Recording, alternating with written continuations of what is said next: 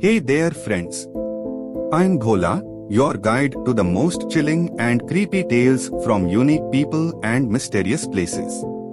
If you love a good scare and a thrilling story, hit that subscribe button and join me on this journey into the unknown. Get ready to be spooked, let's dive in. I never believed in ghosts.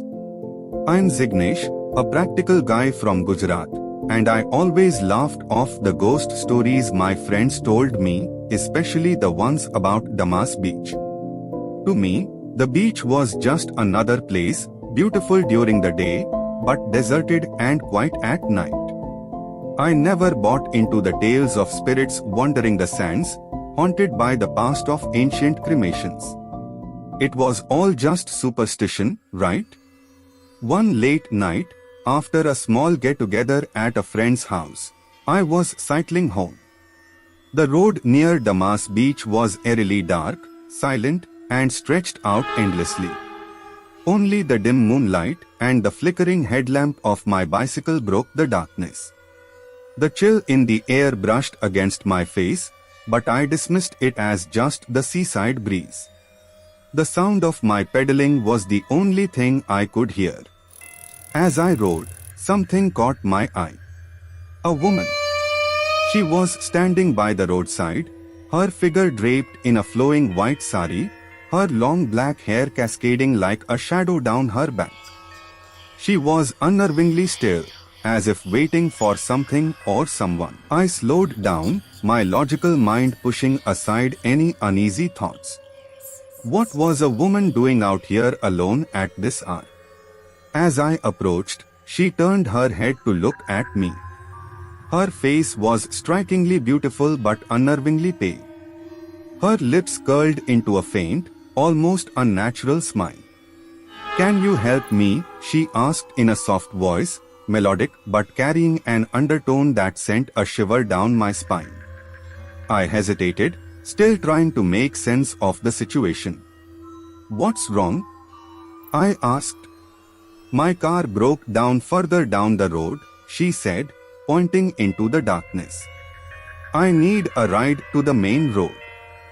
I wasn't the type to leave someone stranded, and though the knot in my stomach told me otherwise, my logic won out.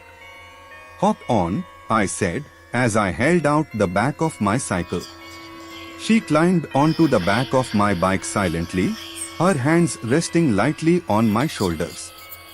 The air grew colder, and the road seemed to stretch longer than usual.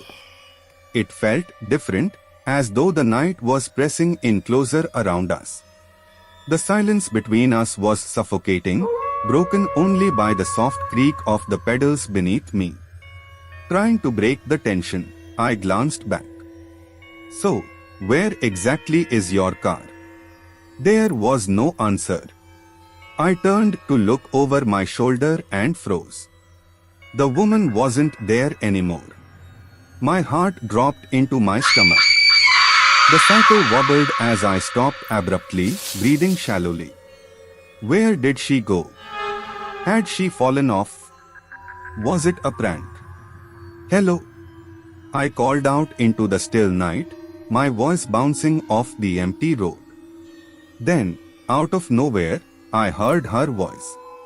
It wasn't from any specific direction, it echoed from everywhere and nowhere at once. "I'm right here." I spun around, and there she was, standing in the middle of the road. Her expression was different now, no warmth in her smile. It had widened unnaturally, and her eyes were dark, hollow, like something was missing. "Why did you stop?" she asked, tilting her head at an odd, mechanical angle. Panic surged through me. Without thinking, I pushed the pedals hard, trying to ride away as fast as I could. The road stretched on forever, and the wind screamed in my ears, louder than I'd ever felt it. I heard laughter, soft, mocking, following me. My heart raced, and I didn't dare look back. Finally, after what felt like an eternity, I saw the familiar lights of my neighborhood. I stopped, gasping for air. I looked behind me, but there was nothing. The road was just as quiet and empty as it had been before I saw her. The next morning, I couldn't resist telling my friends about the encounter. As I recounted the story, they exchanged knowing glances. They told me about the countless stories of people seeing a woman near Dumas Beach, stories of a woman who had died there decades ago and now wandered the road, waiting for travelers like me. I laughed it off, as I always did, but something in me wasn't so sure. That afternoon, as I cleaned my cycle, I noticed something chilling, a faint handprint on the frame. It was too delicate to be mine, too light to be a part of the usual wear and tear. For the first time, I wasn't so sure. Was it all in my head? Or had Dumas Beach finally claimed a skeptic? I couldn't say. And honestly, I wasn't sure I wanted to know. What do you think? Was the whisper real? Or is there more to Sundarban than meets the eye?